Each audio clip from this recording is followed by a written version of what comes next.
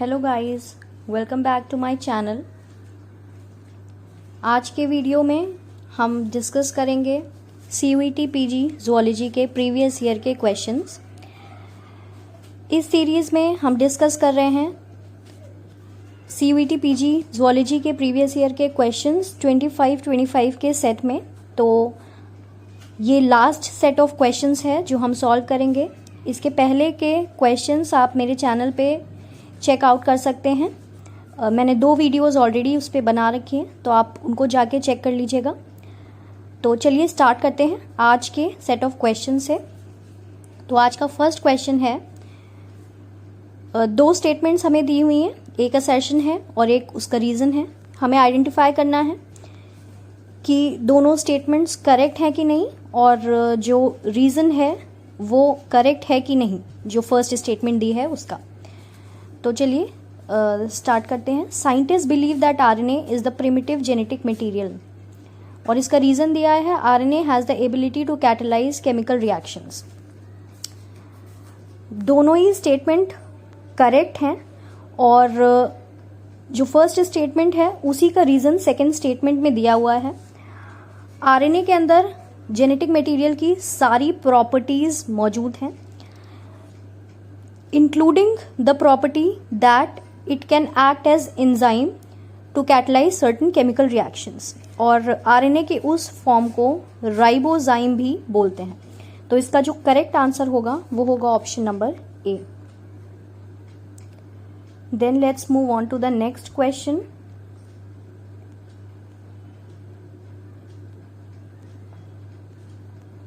Next question है, arrange the events in correct order of sequence. तो यहाँ पे हमें कुछ इवेंट्स दिए हैं जिन्हें हमें करेक्ट सीक्वेंस में अरेंज करना है। तो सबसे पहले एग और स्पर्म का फ्यूजन होता है, या फर्टिलाइजेशन बोलते हैं हम इसको साइंटिफिकली, और उसके बाद बनता है जाइगोट, जिसमें डिविजन्स स्टार्ट होती हैं, और उन डिविजन्स को हम बोलते हैं क्लीवेज। तो फर्स्ट जो सीक्वेंस था वो था fertilisation, and second sequence was cleavage. Then उस क्लीवेज की वजह से, उस डिवीजन की वजह से solid ball of cells form होता है, जिसको हम मोरेला बोलते हैं। देन उसी सॉलिड बॉल ऑफ सेल्स में धीमे धीमे एक कैविटी बनने लगती है, जिसको हम ब्लास्टोसील बोलते हैं, और उस स्टेज पे जो जाइगोट होता है उसको हम ब्लास्टुला बोलते हैं। देन ब्लास्टुला की जो ब्लास्टोसील है जैसे ही ऑब्लिटेरेट करती है, वैसे ही गैस्ट्रुला का स्टेज आता है, जिसमें जर्म लेयर्स बनती हैं और ऑर्गेनोजेनेसिस स्टार्ट हो जाती है। तो इसी सीक्वेंस में देखते हैं हमारे पास कौन कौन से ऑप्शन हैं। सबसे पहले होना चाहिए फर्टिलाइजेशन, देन होना चाहिए क्लीवेज, देन होना चाहिए morula, then blastula and then gastrula. तो इसका करेक्ट ऑप्शन जो होगा वो होगा option number 2। Now let's move on to the next question. Next question है, arrange the following in decreasing order. तो जो भी हमें नीचे सेल ऑर्गेनल्स और मैक्रोमोलिक्यूल्स दिए हैं, हमें उनके ऑर्डर ऑफ साइज के डिक्रीजिंग ऑर्डर में अरेंज करना है, मतलब बड़े से छोटे में अरेंज करना है। तो ये सभी जो ऑप्शंस दिए हैं, mitochondria, proteins, ribosomes, human egg, nucleus, इनमें जो सबसे साइज में बड़ा होता है वो होता है ह्यूमन एग। ह्यूमन एग एक राई के दाने के बराबर का स्ट्रक्चर होता है, जिसको हम नेकेड आई से भी देख सकते हैं। तो इसका साइज सबसे बड़ा होता है। देन सेकंड नंबर पे आता है न्यूक्लियस। बहुत सारे सेल्स में आप सिंपल माइक्रोस्कोप से न्यूक्लियस ऑब्जर्व कर सकते हैं। देन थर्ड ऑप्शन आता है माइटोकॉन्ड्रिया का। देन नेक्स्ट है ribosome, and last one is protein. Protein एक मैक्रोमोलिक्यूल है, इसको नेकेड आई से देखना थोड़ा सा मुश्किल है, बट जब हम सेंट्रीफ्यूज यूज करते हैं, जो एक इंस्ट्रूमेंट है जिसमें मॉलिक्यूलर वेट के अकॉर्डिंग सब्सटेंसेस को सेपरेट आउट कर सकते हैं। तो उसमें अगर हम देखें तो जो सबसे पहले सेटल होगा वो होगा ह्यूमन एग। अगर इन सबको हम एक साथ सेंट्रीफ्यूज में घुमाएं एक ट्यूब में, और सबसे ऊपर जिसकी लेयर बनेगी या सबसे ऊपर जो रहेगा वो रहेगा प्रोटीन। तो आइए देख लेते हैं हमारे ऑप्शंस में ये ऑर्डर दिया है या नहीं। तो सबसे पहले D, then E, then A, then C and then B. तो करेक्ट ऑप्शन हमारा फोर्थ है। नेक्स्ट क्वेश्चन की तरफ हम मूव करते हैं, जो है arrange the following in sequence of molecular events. ये जितने भी मॉलिक्यूलर इवेंट्स दिए हैं इनको हमें करेक्ट क्रोनोलॉजिकल सीक्वेंस में अरेंज करना है। तो सबसे पहले जो प्रोसेस होती है वो होती है transcription, that is the formation of RNA from DNA. Then जो प्राइमरी ट्रांसक्रिप्ट ऑब्टेन होती है उसमें स्प्लाइसिंग होती है। स्प्लाइसिंग के थ्रू जो इंट्रॉन्स हैं उनको रिमूव किया जाता है और एक्सॉन्स को एक साथ अरेंज करते हैं। देन थर्ड जो इवेंट होता है वो होता है न्यूक्लियर ट्रांसपोर्ट। जब पोस्ट ट्रांसक्रिप्शनल प्रोसेसिंग पूरी हो जाती है उसके बाद न्यूक्लियर ट्रांसपोर्ट होता है।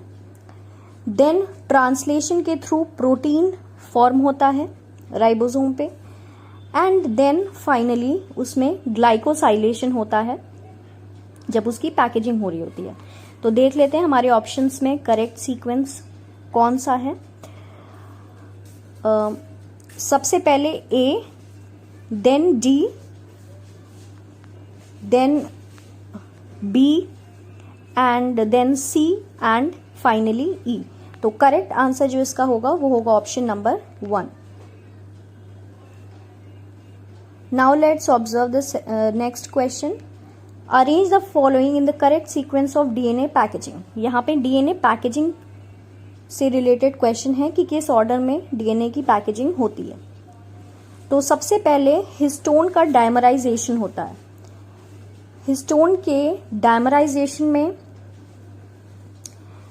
H2A, H2B, H3 and H4 ये सब डुप्लीकेट हो जाते हैं और एक ऑक्टेमर फॉर्म करते हैं। देन इस ऑक्टेमर में जब लिंकर हिस्टोन यानी H1 भी ऐड हो जाता है तो फॉर्म होता है क्रोमैटोसोम का। तो सेकेंड ऑप्शन हो गया हमारा, सेकेंड ऑर्डर हो गया chromatosome formation. Then third sequence जो होता है वो होता है nucleosome formation. Then fourth option है 30 नैनोमीटर फाइबर का formation and fifth option is DNA scaffold, यानी कुछ नॉन हिस्टोनिक प्रोटीन्स भी होते हैं जो डीएनए के स्ट्रक्चर को स्टेबलाइज करने के लिए यूज होते हैं। तो अब हम अपने ऑप्शंस में चेक कर लेते हैं ये ऑर्डर कहाँ पे दिया हुआ है। तो हमारा ऑर्डर है D, C, B, E and A. तो सेकेंड ऑप्शन जो होगा वो हमारा करेक्ट हो जाएगा। अब नेक्स्ट क्वेश्चन देख लेते हैं, arrange the following components of complement system as per their involvement in initiation of alternative pathway of complement system. तो यहाँ पे ऑल्टरनेटिव पाथवे कॉम्प्लीमेंट सिस्टम की के रिलेटेड क्वेश्चन पूछा गया है। जो ऑल्टरनेटिव पाथवे होती है कॉम्प्लीमेंट सिस्टम की वो किसी भी फॉरेन सब्सटेंस से एक्टिवेट हो जाती है और उसका ऑर्डर कुछ इस तरह से रहता है। सबसे पहले C3B, then factor B, then D and then finally properdin. But यहाँ पे क्योंकि हमें ये ऑर्डर नहीं दिया है, इसमें जो क्लोजेस्ट आंसर है वो है CABD, बट एक्चुअल में CBAD होना चाहिए था। बट यहाँ पे कोई भी करेक्ट नहीं दिया है, तो जो सबसे एक्यूरेट है हम उसको सेलेक्ट करेंगे, जो है ऑप्शन नंबर 1।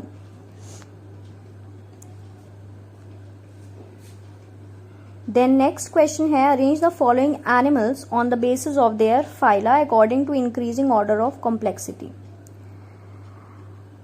यहाँ पे हमें कुछ एनिमल्स दिए हुए हैं और हमें उनको अरेंज करना है to the increasing level of their complexity, मतलब लेस कॉम्प्लेक्स से मोर कॉम्प्लेक्स की तरफ हमें मूव करना है फाइलम वाइज।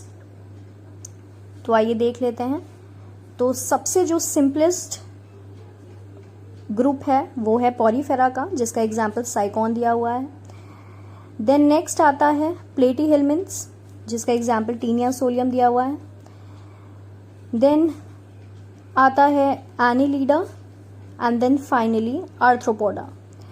एनिलीडा का एग्जाम्पल नेरीज दिया हुआ है एंड लाइमुलस दिया है आर्थ्रोपोडा का। देन इसमें से हम करेक्ट कॉम्बिनेशन चूज कर लेते हैं। फर्स्ट होना चाहिए D, then C, then B and then A. तो इसका करेक्ट आंसर जो होगा वो होगा ऑप्शन नंबर 1। मूव करते हैं नेक्स्ट क्वेश्चन की तरफ, जो है arrange the following evolutionary events in horse chronologically.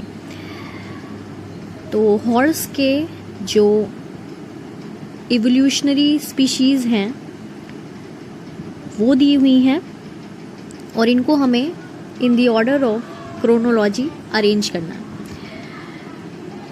ये भी फैक्चुअल क्वेश्चन है, इसको सॉल्व कर लेते हैं। सबसे रीसेंट जो हॉर्स की स्पीशीज हैं वो है इक्वस। देन उसके जस्ट पहले जो स्पीशीज आई है वो है मेरी हिप्पस। देन उसके पहले जो स्पीशीज आई है वो है मियोहिप्पस एंड देन ओरोहिप्पस एंड उसके पहले हाइकोथीरियम। तो ये ऑर्डर है डी सी बी ई ए। तो इसका जो सेकंड ऑप्शन है वो करेक्ट होगा। ये डायरेक्टली आपको किसी भी इवोल्यूशन की टेक्स्ट बुक से आंसर मिल जाएगा, इसमें ज़्यादा आपको माइंड नहीं यूज़ करना है। देन नेक्स्ट क्वेश्चन की तरफ चलते हैं। यहाँ पे हमें 2 स्टेटमेंट्स दी हैं और हमें दोनों स्टेटमेंट्स के बारे में बताना है कि करेक्ट है या नहीं। फर्स्ट स्टेटमेंट है compound microscope includes condenser lens, objective lens and eyepiece lens. ये सही स्टेटमेंट है। कंपाउंड माइक्रोस्कोप वो माइक्रोस्कोप होती है जिसमें एक लेंस से ज़्यादा लेंस यूज़ होते हैं, एक पेयर ऑफ लेंस से ज़्यादा यूज़ होते हैं। देन स्टेटमेंट 2 है objective lens has a smaller focal length and aperture than eyepiece. ये भी करेक्ट है। ऑब्जेक्टिव लेंस का जो फोकल लेंथ होता है वो स्मॉलर होता है। अगर हम माइक्रोस्कोप का स्ट्रक्चर देखें तो जो हमारी आईज के पास लेंस रहता है वो होता है आई पीस एंड जो ऑब्जेक्ट की तरफ होता है वो होता है ऑब्जेक्टिव। और ऑब्जेक्टिव लेंस की जो फोकल लेंथ होती है वो स्मॉलर होती है। यहाँ पे दोनों ही स्टेटमेंट करेक्ट है, इसलिए हम ऑप्शन नंबर 1 को टिक करेंगे। देन नेक्स्ट स्टेटमेंट की तरफ, नेक्स्ट क्वेश्चन की तरफ मूव करते हैं।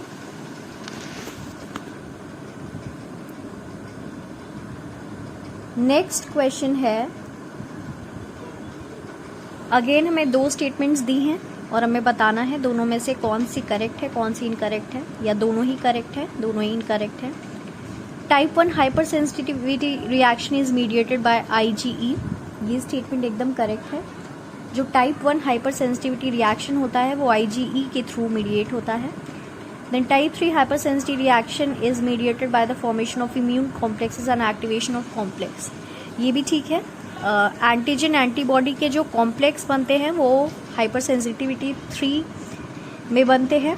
तो दोनों ही स्टेटमेंट्स करेक्ट है। ऑप्शन नंबर 1 इसका करेक्ट हो जाएगा। देन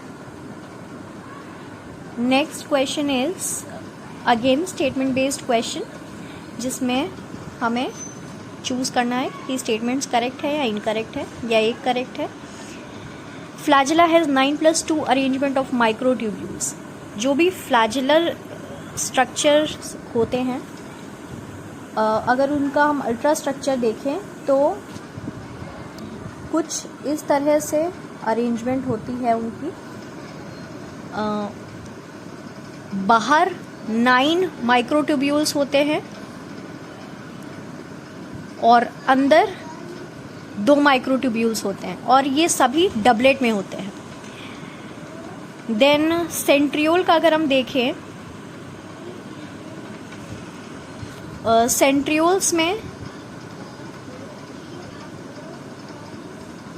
सिर्फ आउटर 9 माइक्रोट्यूब्यूल्स अरेंज होते हैं, अंदर कोई भी माइक्रोट्यूब्यूलर अरेंजमेंट नहीं होता है। तो इसमें दोनों स्टेटमेंट करेक्ट है। फ्लैजेला का जो स्ट्रक्चर होता है उसमें नीचे बेसल बॉडी और ऊपर एक्सोनीम होता है। यहाँ पे एक्सोनीम के स्ट्रक्चर की बात की गई है, क्रॉस सेक्शन की बात की गई है। Then next question, next question है lysozyme an enzyme found in mucus secretion and in tears. It leaves peptide bonds of the antigen. Interferon comprises a group of proteins produced by virus infected cells. First statement की पहली line correct है कि एक enzyme होता है, bactericidal enzyme होता है, जो टीयर्स में और सलाइवा में मिलता है।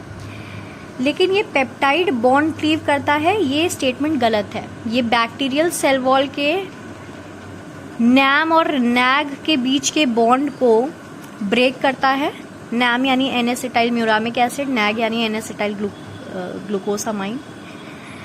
तो ये स्टेटमेंट तो इनकरेक्ट हो गया। सेकेंड स्टेटमेंट सही है कि वायरस इन्फेक्टेड सेल्स इंटरफेरॉन नाम का एक प्रोटीन रिलीज करते हैं बाकी सेल्स को इन्फॉर्म करने के लिए कि वो इन्फेक्टेड है। तो स्टेटमेंट 1 इनकरेक्ट है, बट स्टेटमेंट 2 करेक्ट है। तो इसका जो सही ऑप्शन है वो होगा option number 4। Now let's move on to the next question.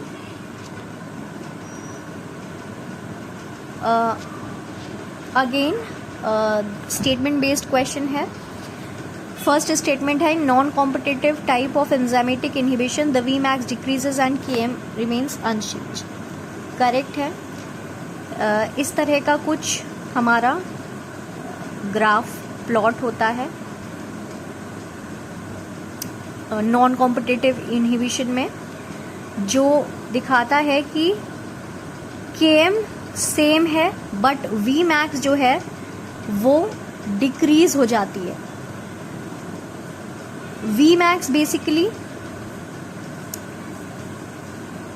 Rate of enzymatic reaction हम बोल सकते हैं, and Km is that amount of substrate eight which the reaction reaches half of its maximum velocity.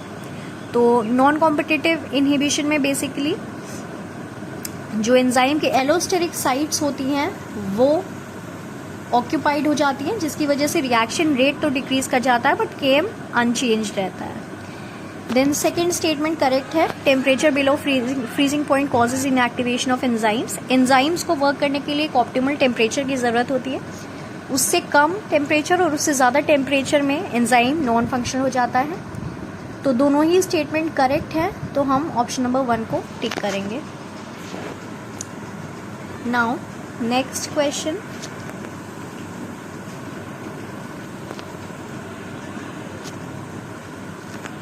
This is again a statement based question. Statement 1, myoglobin and hemoglobin are oligomeric proteins. Myoglobin and hemoglobin are heme containing protein. Myoglobin oligomeric protein नहीं है पर hemoglobin है। Myoglobin एक polypeptide से बनता है जबकि haemoglobin 4 polypeptide से बनते हैं। तो ये स्टेटमेंट इनकरेक्ट हो गई। सेकेंड स्टेटमेंट है myoglobin and haemoglobin are haem containing proteins. ये स्टेटमेंट करेक्ट है। तो इसका जो सही ऑप्शन होगा वो होगा statement 1 is incorrect but statement 2 is correct.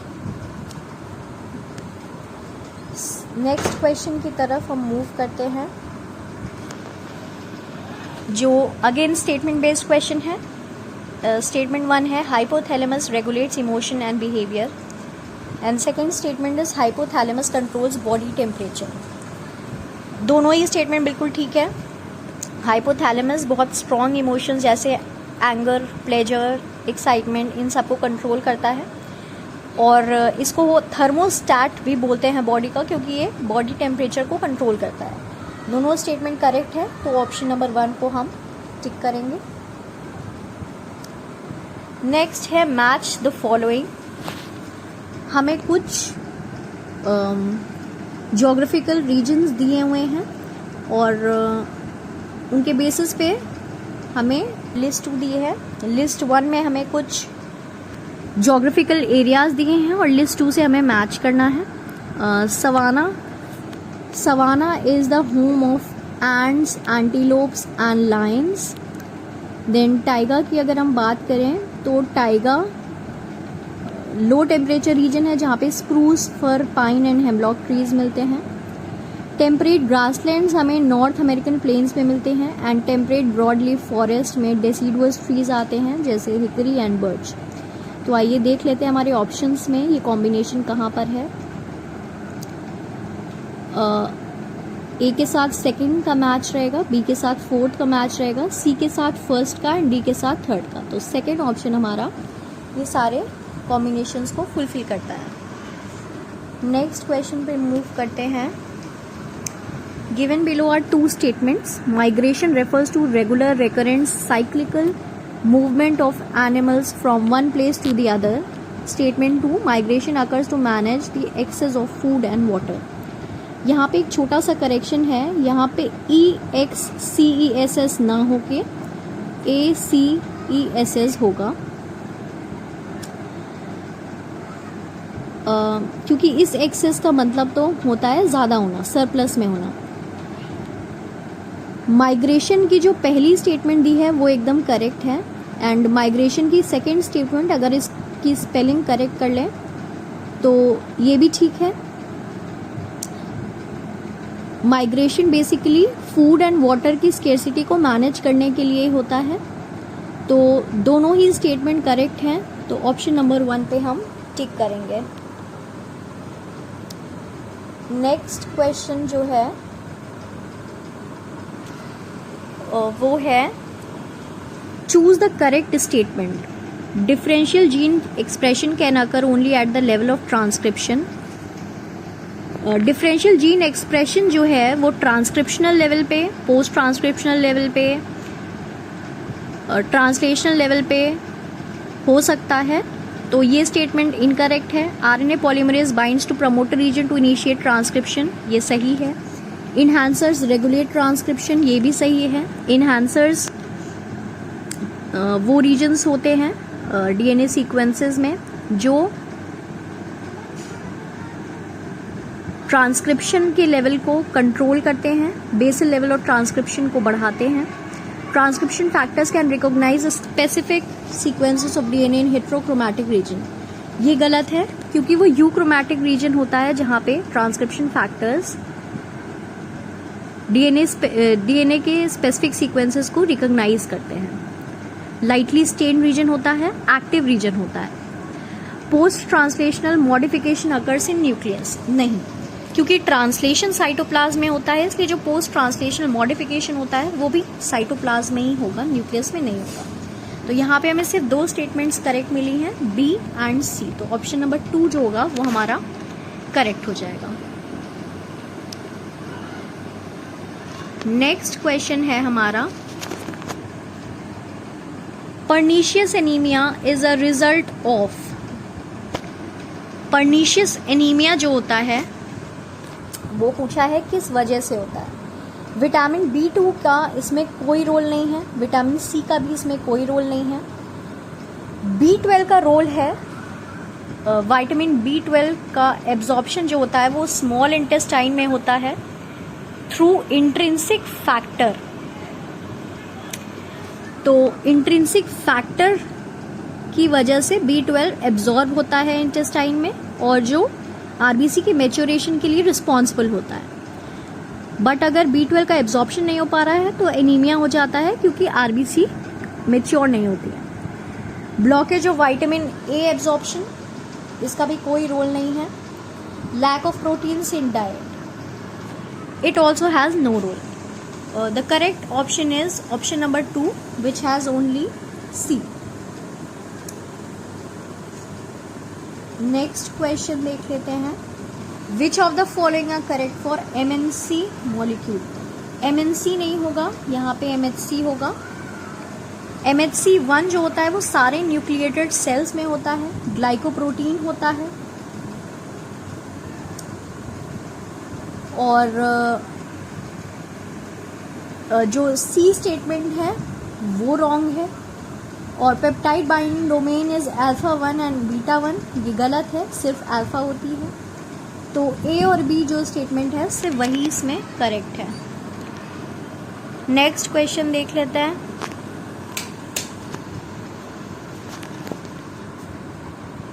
The animals having segmented body belong to the phylum.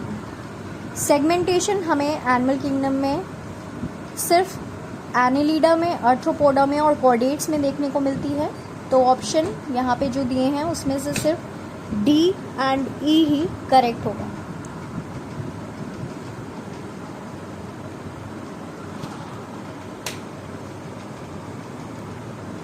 Next question देख लेते हैं।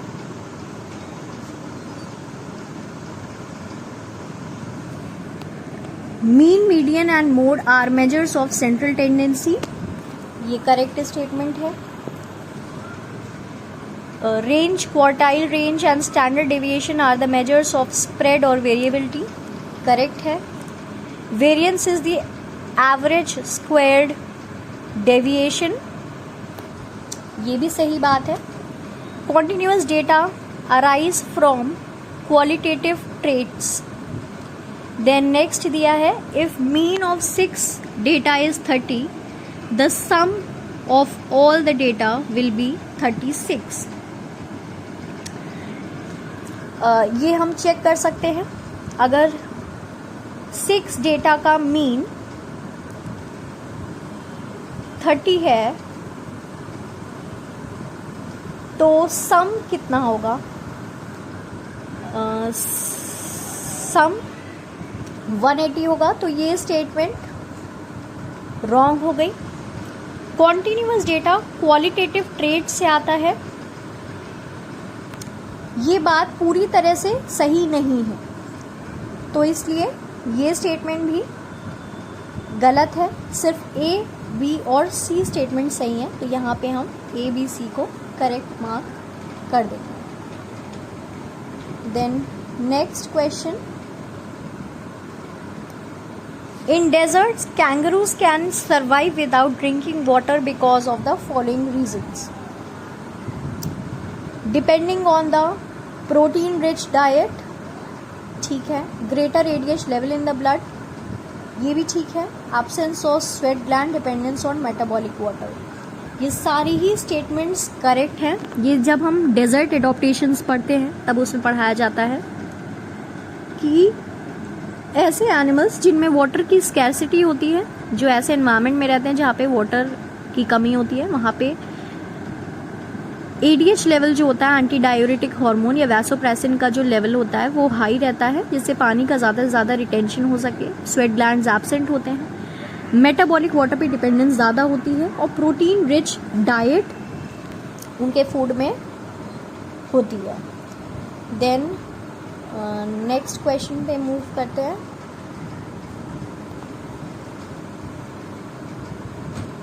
Which of the following statements are true? Dominant species have a large effect on the community because of its abundance, ठीक है। Dominant species का किसी भी community पे बहुत गहरा इफेक्ट होता है, क्योंकि उनका नंबर इतना ज़्यादा होता है कि वो इकोसिस्टम को अफेक्ट करते ही करते हैं किसी ना किसी लेवल पे। पर कीस्टोन स्पीशीज़ जो होती है वो भले ही नंबर में कम हो, बट उनका इम्पैक्ट इन्वायरमेंट में, इकोसिस्टम में ज़्यादा होता है। तो ये स्टेटमेंट भी करेक्ट है। Keystone species have a large role in community out of proportion to its abundance. Indicator species वो स्पीशीज़ होती हैं जो किसी एक पर्टिकुलर इकोसिस्टम की ओवरऑल हेल्थ या ओवरऑल कंडीशन को डिपिक्ट करती हैं। तो ये स्टेटमेंट भी करेक्ट है। Flagship species is single large instantly recognisable species, ये भी करेक्ट है। फ्लैगशिप स्पीशीज़ किसी भी एक इकोसिस्टम की वो स्पीशीज़ होती है जिनसे आप इंस्टेंटली रिकॉग्नाइज कर सकते हैं कि इस पर्टिकुलर इकोसिस्टम में अगर ये स्पीशीज़ पाई जा रही है तो उस पर्टिकुलर इकोसिस्टम का जो नेचर है, जो हैबिटेट है, जो इन्वायरमेंट है, वो इस तरह से होगा। तो आप फ्लैगशिप स्पीशीज़ को देख के ही आइडेंटिफाई कर सकते हैं उसके इन्वायरमेंट के बारे में। तो ये चारों ही स्टेटमेंट करेक्ट है, तो ऑप्शन नंबर 4 इसमें करेक्ट हो जाएगा।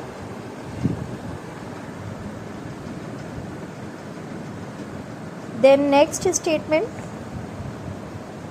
Given below are two statements, one is assertion and the other one is reason. Primitive groove is the functional equivalent to dorsal lip of the amphibian blastopore, and reason is dorsal lip of the amphibian blastopore is considered as the primary organizer. Primitive groove जो हम पढ़ते हैं वो हम पढ़ते हैं चिक के एम्ब्रियो जब हम स्टडी करते हैं, तो उसमें primitive groove basically anterior posterior polarity को इस्टेब्लिश करता है एम्ब्रियो में, और डोर्सल लिप जो एम्फीबियन ब्लास्टोपोर का होता है उसको प्राइमरी ऑर्गेनाइजर इसलिए बोलते हैं क्योंकि वो बहुत सारे मॉलिक्यूल्स जैसे बीएमपी, विंट एक्सेट्रा सीक्रीट करता है जो डेवलपमेंट में हेल्प करते हैं। ये दोनों ही स्टेटमेंट सही हैं, बट ये करेक्ट एक्सप्लेनेशन नहीं है। तो इसका जो ऑप्शन होगा करेक्ट वो होगा ऑप्शन नंबर 2। दोनों ही करेक्ट है बट रीजन नहीं है एक दूसरे के लिए सही। प्रिमिटिव ग्रूव में ऐसे कोई मॉलिक्यूल्स नहीं निकलते हैं जिनसे डेवलपमेंट हो, बट वो पोलैरिटी इस्टेब्लिश करने के लिए हेल्प करते हैं, जबकि डोर्सल लिप जो है उसमें ऐसे मॉलिक्यूल्स सिक्रीट होते हैं जिनसे डेवलपमेंट प्रॉपरली हो सकता है। तो इसका जो करेक्ट ऑप्शन होगा वो होगा ऑप्शन नंबर 2। नेक्स्ट क्वेश्चन है assertion and reason again. The density of RNA molecule is higher than that of DNA. Correct है। RNA has 2' OH group attached to the second carbon of the ribose. दोनों ही statement correct हैं और reason भी correct है। RNA में जो second position होती है उसमें 2' OH ग्रुप की वजह से उसकी जो डेंसिटी है वो थोड़ी सी ज़्यादा हो जाती है एज कम्पेयर टू DNA, जिसमें ये एब्सेंट रहता है ये group. Then next question,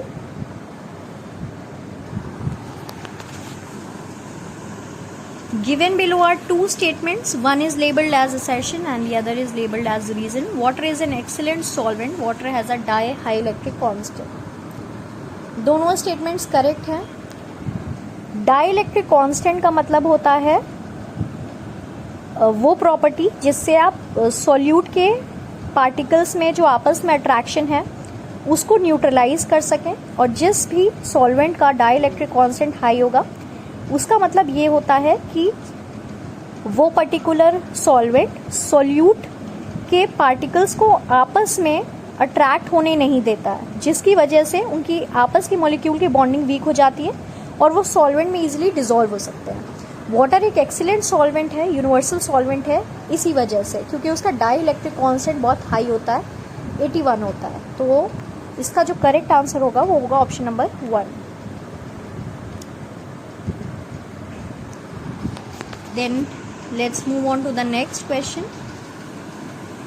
which is given below are two statements.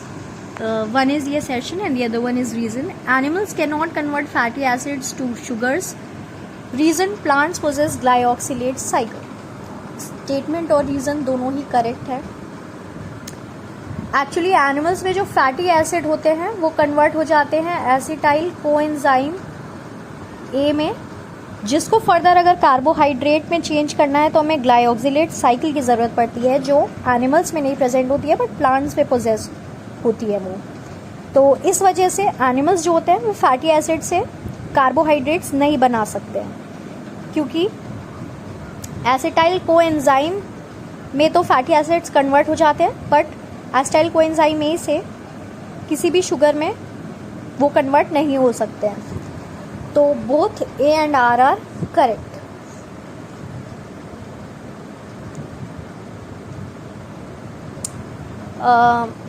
इसी के साथ हमारा थर्ड सेट ऑफ क्वेश्चंस भी कंप्लीट हो गया है। अगर आपने पहले की वीडियोस नहीं देखी हो तो प्लीज़ आप उन्हें देख लीजिएगा, और आपको अगर वीडियो अच्छी लगी हो तो प्लीज़ इसको लाइक और शेयर कर दीजिएगा और चैनल को सब्सक्राइब कर दीजिएगा, जिससे ऐसे ही और इन्फॉर्मेटिव वीडियोस आपके लिए आती रहें।